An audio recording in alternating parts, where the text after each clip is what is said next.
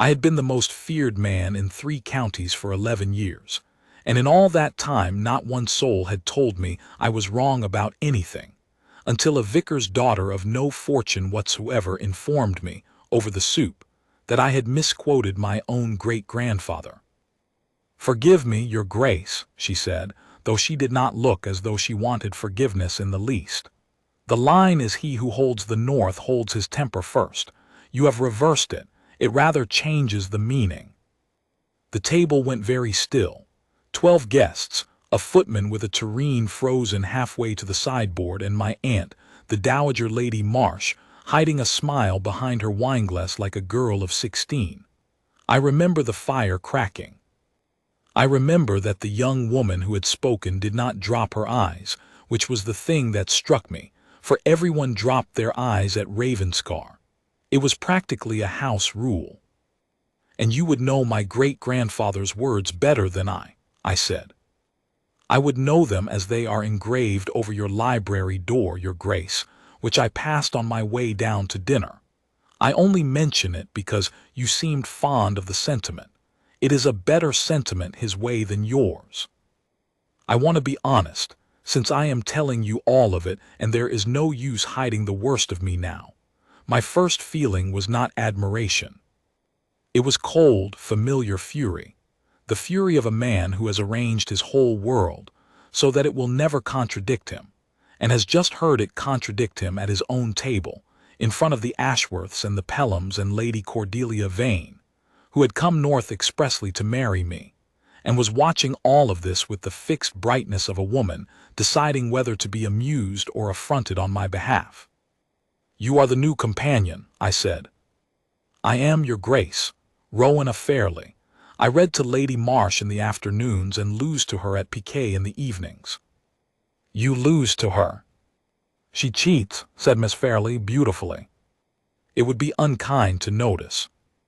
My aunt laughed outright at that, an unguarded bark of a laugh I had not heard from her in years, and the table, taking its cue as tables do, decided that this had all been a charming bit of sport and returned to its murmur. But I did not return to mine. I sat at the head of my own table, a duke in my own hall, and watched the vicar's daughter butter her bread as though she had not just done a thing no one in my acquaintance had dared to do in a decade, and I felt the ground of my ordinary evening shift very slightly under me, the way you feel a horse gather itself before it does something you did not tell it to do. You must understand what Ravenscarr was then, to understand what she walked into. My father had died when I was 24 and left me the title, the moors, 1,200 tenants, 3 failing mines, a house the size of a cathedral, and a temper I had inherited the way I had inherited the gout, as a birthright I was assured would only worsen with age.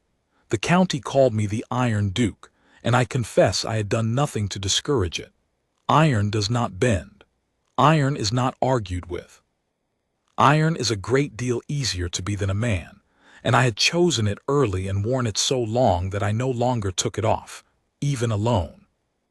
They feared me, and I told myself fear was the same thing as respect, which is the sort of lie a lonely man tells himself so smoothly he forgets it is a lie at all. My steward flinched when he brought me the accounts. My tenants uncovered their heads and looked at the mud when I rode past. Even my aunt, who had raised me after my mother died and loved me as much as anyone living, had learned to manage me the way one manages weather, by staying indoors when the sky went dark and never once naming the storm to its face. And into this house of downcast eyes and careful silences came Miss Rowena Fairley, 26 years old, the 5th daughter of a dead country parson, with 2 gowns to her name, and not the smallest particle of the good sense to be afraid of me. I asked my aunt about her the next morning. I found the dowager in the yellow parlor where she took her chocolate, and I stood by the window with my hands behind my back and pretended to study the frost on the park. "You're Miss Fairley," I said. "Where did you find her?" "An agency in York. Her father was the Reverend Fairley of Netherby, dead a year, and her mother 2 years before that. There were 5 girls and a very small living, 3 married clergymen, 1 married a corn factor, and Rowena, being the cleverest and the least pretty, was left to earn her bread. My aunt sipped her chocolate. She reads Latin, French, and a little Greek, keeps accounts to the farthing, does not simper and does not weep, which after the last 3 companions you frightened out of the house I considered a positive recommendation. Why do you ask? She corrected me at dinner. Yes, said my aunt with enormous satisfaction. I know I was there. It was the best evening I have passed in this house since your father died, and he, God rest him, would have had her thrown into the moat for it. I am not my father. No, she agreed, and looked at me over the rim of her cup with the particular steadiness of an old woman who has decided to say a true thing whether it is wanted or not. You are not, but you are working very hard at becoming him, Adrian, and I would rather like to see you stop before it takes. She is not a servant to be crushed. She is a gentlewoman fallen on hard times, and there are a great many of those, and every one of them deserves better than to be a duke's whetstone. Leave her be unless you mean to be civil, in which case by all means seek her out. But I warn you, she will not flatter you. She does not know how. I have watched her fail at it for a fortnight. It is the most refreshing incompetence I have ever seen. I said I had no intention of seeking her out, which was true when I said it, and a lie within the week. I found her in the library, which was mine, or which I had always thought of as mine, though in truth I entered it perhaps 4 times a year and she entered it daily. She was on the rolling ladder near the top, one arm hooked through the rungs, a book open against her forearm, reading as though the 12 feet of air below her were of no consequence whatever. The winter light came gray through the tall windows and lay along the shelves, and she had a smudge of dust across one cheekbone, and she did not hear me come in. You will fall, I said, and I will be blamed for it. She did not startle, which annoyed me. She merely glanced down. I have been climbing this ladder for a month, your grace, and have yet to fall. But if I do, I shall try to land somewhere it cannot be laid at your door. The morning room, perhaps. What are you reading? Your great-grandfather's letters, the ones bound in the red calf. He was a far more interesting man than the county gives him credit for. He hated London, loved his wife past all reason, and once wrote to his brother that a title is a debt the dead leave the living, to be paid in service and not in pride. She came down the ladder without hurry, closed the book, and set it back with the reverence of someone returning a borrowed thing. You should read them. I think you would find you have more of him in you than you suppose. The good part, I mean, not merely the temper. The temper is in the portraits. It is the letters that have the rest of him. No one spoke to me like that. I did not know in that moment whether I most wanted to have her turned out of the house before nightfall or to keep her talking until the light failed. Both feelings were so strong and so opposed that I did the thing I always did when I did not know what I felt, which was to go cold. You presume a great deal, I said, on a fortnight's employment and a good vocabulary. She considered this. She had a way of considering a thing before she answered it, tilting her head very slightly, that I would come to know as well as I knew my own hands. I do, she agreed. It is a failing. My father used to say I would argue with the weather if it looked at me sideways. But I will tell you what I have found, your grace, in 26 years of being poor and clever in a world that has no place for either, that the people who cannot bear to be disagreed with are, almost always, the people who are most afraid of being wrong. And I have never yet met a man improved by everyone around him pretending he never is. She curtsied correctly and without a scrap of servility. I have kept you from your morning. Forgive me. And she left me standing in my own library, holding nothing, having won nothing, feeling for all the world like a boy who has swung at a ball and missed it so cleanly he has turned himself around. That was the beginning. I would like to tell you I resolved at once to be a better man, but that would be a story for children, and you are not a child, and neither, God knows, was I. What I resolved was to prove her wrong. I told myself I would draw her into an argument and best her at it publicly, and restore the proper order of things, and I set about it with the grim energy of a man who has confused wounded vanity with strategy. It went very badly for me. I began at dinner, where I had the advantage of an audience, and where I raised the question of the enclosure of the common land at Hartsfell, a matter my steward had been urging on me for a year, on the grounds that it would raise the yield and therefore the rents. I laid it out as a settled thing, the modern thing, the prudent thing, and I looked down the table at Miss Fairley as I did it, and I saw her set down her fork. "You have an objection," I said. "You always have an objection. Let us hear it." "I have a question, Your Grace, which is different. When you enclose Hartsfell Common, where will the widow Chandler graze her 3 geese, and the Ackroyds their 1 cow, and the dozen other families whose whole margin between getting by and going to the workhouse is the right to run a beast on land no one owns? The yield. The yield will rise. I do not dispute it. Your steward is quite right about the yield. He is only wrong about the arithmetic, because he has counted the corn and forgotten the people, and people, when they cannot feed themselves, become a charge on the parish, and the parish is you. You will spend in poor rates and lost tenants and a countryside that hates you what you gain in wheat, and you will have made 12 families destitute to do it. It may still be worth doing. I do not say it is not. I say only that a man who calls himself iron ought to be able to look at the whole ledger, and not merely the half of it that flatters his balance." She picked her fork back up. "But I am only the companion. Perhaps I have the arithmetic wrong." I had not, at that time, ever ridden out to Hartsfell to look at it.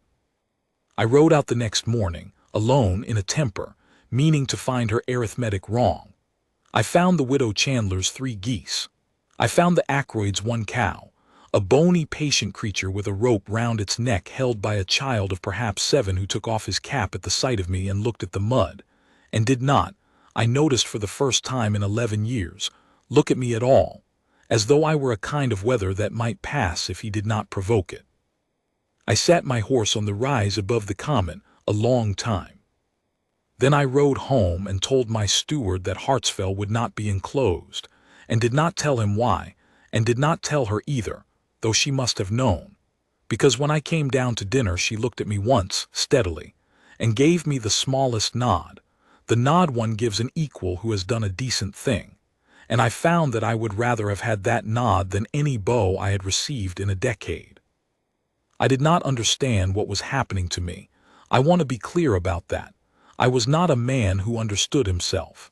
I had spent 11 years making sure I never had to.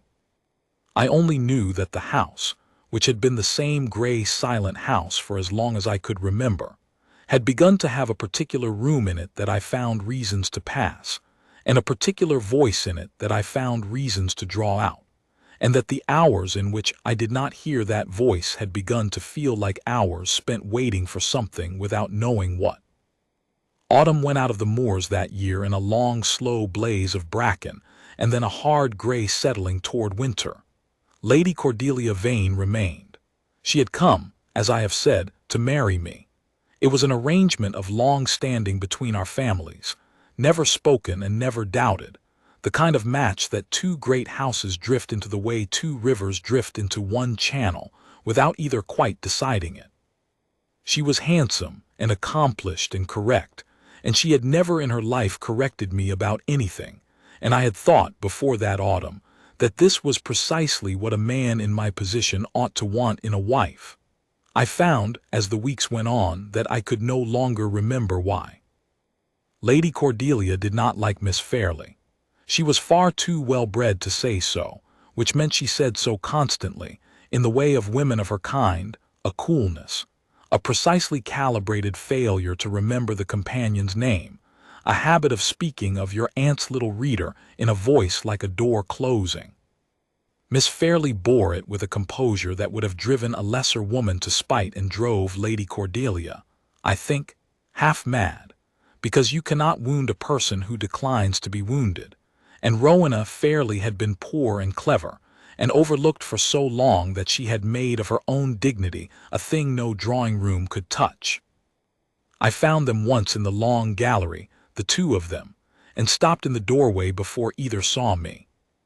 "You read to Lady Marsh," Cordelia was saying, in the light tone that carries a knife inside it. "How useful you make yourself. I suppose a woman without prospects must make herself useful somewhere. It is a mercy there is always some great house in want of a governess or a reader. One is never quite without a use, is one, however one comes down in the world." "One is not," Miss Fairley agreed pleasantly. "Though I have observed, my lady, that being useful and being ornamental are the two ways a woman is permitted to earn her keep in this world, and only one of them survives a fever, or a bad harvest, or the loss of one's looks. I know which I would stake my future on. But then I have never had the luxury of the other, so perhaps I am only making a virtue of my necessity." She said it without heat, without spite, as one states a fact of natural philosophy, and Lady Cordelia, who was accustomed to the last word as she was accustomed to the fire being lit before she entered a room, found for once that she did not have it, and turned and saw me in the doorway, and colored, and swept out past me with a smile like a drawn curtain. Miss Fairley did not color. She looked at me across the long room with the winter light between us and said, "You heard that." "I did. It was unkind of me to enjoy it as much as I did. She is only frightened. Women like Lady Cordelia are always frightened, underneath, of losing the one thing they have been taught is their whole worth. I ought to pity her. I try to. I do not always succeed." She began to fold the shawl she had been carrying for my aunt. "You are going to marry her, I think. Everyone says so, and it is not my place to have an opinion about it, so I shall not give you one. You have given me an opinion about everything else in this house. That is different. Those were matters of arithmetic and Latin and the grazing of geese, where I happen to be right and you happen to be a duke, and someone ought to be able to tell you the difference. Whom you marry is a matter of the heart, or ought to be, and no one has any business in another person's heart uninvited." She finished folding the shawl. "I will say only this, and then I have said too much and will go and read to your aunt. A man who has arranged his whole life so that no one will ever tell him a hard truth ought to think very carefully before he marries a woman who never will. You will have peace. You will have a great deal of peace. It is remarkable how much a house can resemble a tomb, your grace, when nothing living is ever allowed to make a sound in it." And she curtsied and went, and left me standing in the gallery among the portraits of all my iron ancestors, every one of them dead, every one of them I now saw, painted with the same expression, which I had taken all my life for strength and understood suddenly to be loneliness, wearing armor. I did not sleep that night. I am not a poet, and I will not pretend the Moors did anything picturesque. They lay black and quiet under a hard, bright frost, and I stood at my window for a long time and thought about tombs, and about the boy at Hartsfell who would not look at me, and about a voice that told me I was wrong and did not fear me for it. And I understood, somewhere in the small hours, with the particular clarity that comes to a man only when he is too tired to keep lying to himself, that I did not want peace. I had had peace for 11 years. Peace was killing me by inches, the way still water kills. What I wanted was her. I want to tell the next part carefully, because it is the part where I might have ruined it, and nearly did. The crisis came in the second week of December, when the fever went through the low cottages by the beck at Nethergill. It is an old sickness of those wet valleys, and it takes the weak first, the old, the very young. My steward brought me the word the way he brought me everything, flinching, expecting a duke's indifference, and I confess that a year before he would have had it. But I had been changed, without quite noticing the change. The way ground thaws not all at once, but from underneath, so that the surface looks the same until it gives. Miss Fairley was in the hall when the word came. She heard it.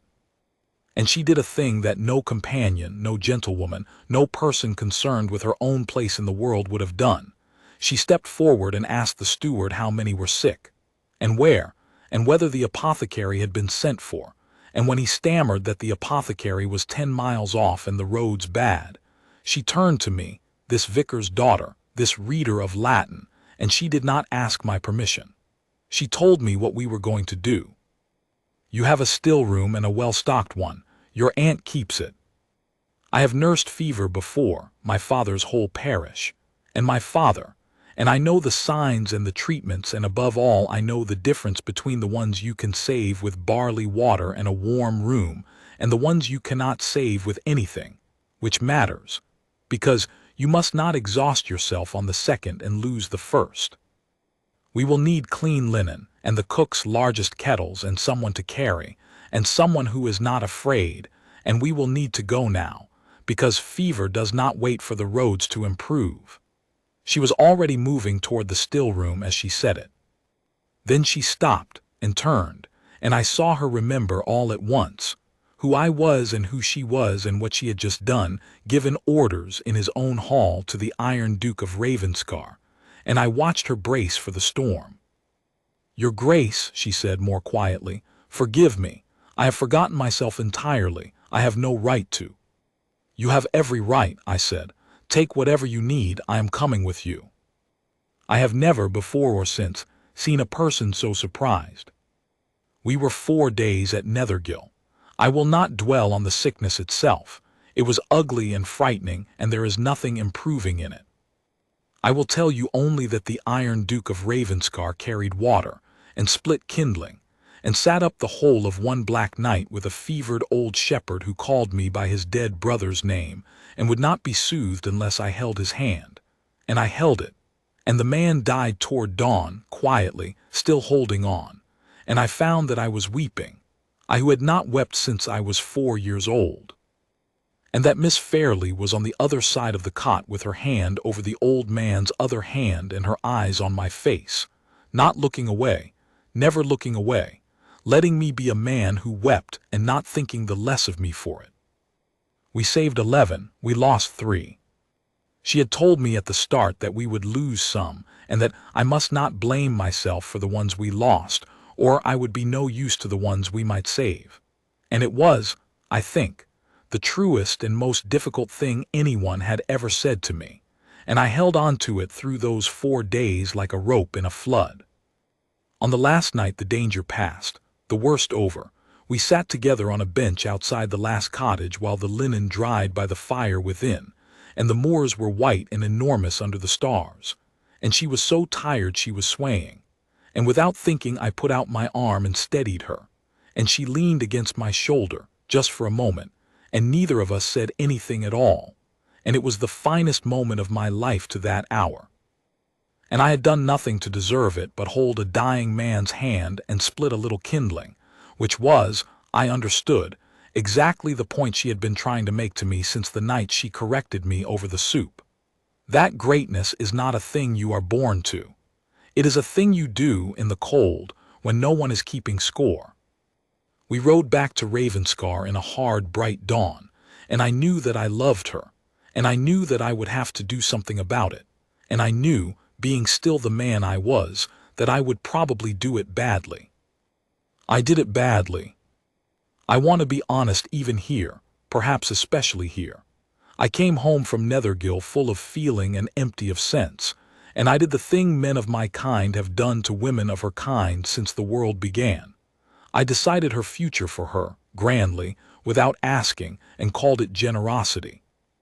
I sent for her to the library, that same afternoon, before either of us had properly slept, and I stood by the fire with my hands behind my back in the old iron way, and I told her, that I had resolved to make her my wife. I did not ask. That is the whole of my crime, and it is not a small one.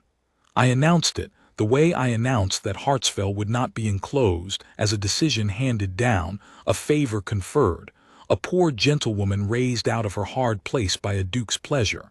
I believe I actually said the word elevate. I said I would elevate her. God forgive me. I said that she need never be a companion again, never be at another woman's beck, never fear the workhouse or the fever valleys, that she would be the Duchess of Ravenscarr and want for nothing.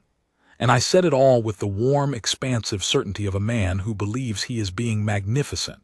And I watched her face, expecting joy, and saw instead something close and quiet and terribly disappointed close over it like water over a stone. "I see," she said. "You see," I repeated, thrown. "Is that all you have to say? I have offered you. You have offered me a great many things, your grace, security, a title, rescue.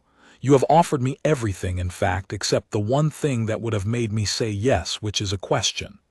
She stood very straight by the cold end of the room. "You did not ask me whether I loved you. You did not ask me whether I would have you. You informed me of my good fortune, as you inform your steward of the day's business, and you expected me to be grateful, and I am grateful. I am. You have been better to those people at Nethergill than any master I have ever heard of, and I have loved watching you become the man you were pretending not to be.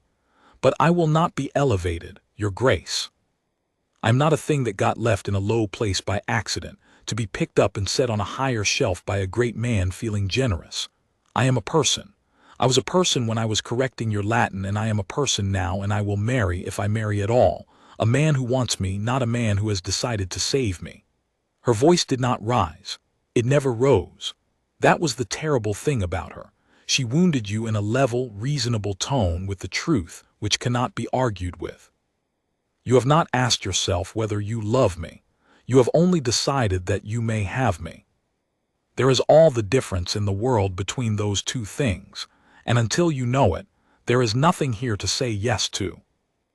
And she curtsied, correctly, without a scrap of servility, exactly as she had that first day in the library, and she left me alone by the fire, holding nothing, having won nothing, and this time it did not feel like a boy swinging at a ball and missing. It felt like the floor of the world had opened. I did not sleep. I did not eat. My aunt, who missed nothing, found me in the library at 3 in the morning surrounded by my great-grandfather's letters, the red calf ones, which I had never in my life opened, and which I was now reading by candlelight like a starving man, looking for the good part, the part that was not in the portraits. "You have done something stupid," the dowager said. It was not a question. "I have," I said. "I have offered to marry Miss Fairley." "That is not stupid. That is the first sensible thing you have done in a decade. What did you say to her, exactly, to turn a proposal into a catastrophe? And do not soften it. I am too old and it is too late at night." I told her exactly. I did not soften it. When I got to the word elevate, she closed her eyes as though I had struck her. "Oh, Adrian," she said, "you great, iron-headed, well-meaning fool. She has spent her whole life being handled, passed from a dead father to an agency to a great house, useful and grateful, and never once asked what she wanted, treated as a problem other people solved by placing her somewhere. And you, who could have been the one soul on this earth to look at her and see a woman and not a problem, you placed her too. You offered her the finest shelf in England and never once asked if she wished to be on a shelf at all." My aunt rose slowly in her nightgown, an old woman in a cold room, and she put her hand against my cheek the way she had when I was small, before the iron. "She does not want to be rescued, my dear. She has rescued herself every day for years and done it well, and she is proud of it, and she has a right to be. What she has never had, not once in her life, is a person who wanted her, not her use, not her arithmetic, not her cleverness in a still-room her. If you want her, you must go to her not as a duke conferring a favor, but as a man with nothing to offer but himself, which is the only thing she has ever been short of. Do you understand me? Not the title, not the rescue. Yourself plainly with the iron off. It is the one gift you have never given anyone, and it is the only one she will take." I understood her. I understood her completely, and for the first time in 11 years I was not too proud or too frightened to act on the understanding. But I had left it too long, and pride is a slow learner, and by the time I came down the next morning with the whole of my heart in my hands and the iron, finally, off, I found that the house was in an uproar and Miss Fairley's trunk was in the hall. She was leaving. Of course she was leaving. What else was a gentlewoman to do, when the master of the house had offered her marriage and been refused, and the heir had gone impossible? She had written to the agency in York. She had given my aunt her notice with tears on both sides, and she had arranged to go on the mail from the village that very morning. And Lady Cordelia Vane, I learned, had made it a great deal easier for her to go, had said something in the gallery the evening before, something with the knife inside it, about companions who forgot their place and set their caps at their betters and would find in the end that the world had no patience with a poor woman's presumption. I did not hear it. Miss Fairley never told me the words. But I saw the two small hard spots of color on her cheeks that morning, and I knew that someone had put them there. And I knew, too, that it did not matter, because she was not leaving because of Cordelia. She was leaving because of me, because I had offered her everything but the truth, and she was a woman who would rather have the truth and the workhouse than a lie and a coronet. I found her in the hall, in her plain gray traveling gown, drawing on her worn gloves, and the whole of the household seemed to be finding reasons to pass through the hall, and Lady Cordelia was on the stairs in a morning gown of dove-colored silk, watching with the fixed bright attention of a woman waiting to see the natural order restored. And I stopped at the foot of the great staircase, in front of all of them, my footman and my steward and my aunt, and the woman I was expected to marry. And I looked at the vicar's daughter who was drawing on her worn gloves to go out of my life, and I found that I did not care in the smallest degree who was watching. "Miss Fairley," I said, "I have come to ask you a question." She went still. "Your Grace." "No, let me. I have got it wrong so many times that I must get it right now or not at all, and I would rather do it in front of the whole house than lose you to my own cowardice in some private room." I heard Lady Cordelia's silk go rigid on the stairs. I did not look at her. I have never, before or since, cared less about the opinion of a room. 2 days ago I offered to make you my wife, and I did it as a man confers a favor, and you were right to refuse me, and I have understood since why, and I am ashamed of it, and I am going to try again properly, and if you refuse me this time it will be because you do not want me, and I will bear it, and I will not trouble you further. But I will have asked. So. And I did a thing that no Duke of Ravenscarr had done in the memory of that house, a thing my father would have gone to his grave sooner than do. I got down in front of all of them on one knee on the cold stone of my own hall, and I looked up at a woman with 2 gowns to her name and no fortune whatever, and I put my whole heart, iron off, in my 2 open hands. "Rowena Fairley," I said, "I do not offer to elevate you. You do not need it, and you never did. You are the finest person in this house, and you were the finest person in it the day you walked in poor and corrected me over the soup. I offer you no rescue, because you have never once needed rescuing, and I have finally the sense to see it. I offer you only myself, a proud, cold, difficult man whom you have spent a season teaching to be better, badly, in fits and starts, and who is a great deal more than half in love with you, and has been since you told me a title is a debt to be paid in service and not in pride. I do not want a wife who will give me peace. I have had peace, and it was a tomb. I want a wife who will tell me when I am wrong, and hold a dying man's hand across from me in the dark, and lean on my shoulder under the stars when we are both too tired to speak, and quarrel with me about the grazing of geese for the next 50 years. I want you, not your use, not your cleverness. You. And I am asking, do you hear me, on my knee and in front of God and my aunt and every soul in this hall, will you have me, not because I can save you, because you want me as I am, iron and all, with the iron coming off a little more every day you stay. Will you, Rowena, will you have me?" The hall was so silent I could hear the frost ticking on the windows. She looked down at me a long moment, with the winter light coming gray through the tall door behind her, and I saw her tilt her head very slightly, the way she did when she was considering a thing before she answered it, and I thought I would die in the space of that consideration. And then, I will never forget it, the 2 hard spots of color on her cheeks softened into something else entirely, and her eyes, which had never once dropped for me, filled, and did not fall. "You have got the arithmetic right at last," she said unsteadily. "You counted the people this time, and not only the corn.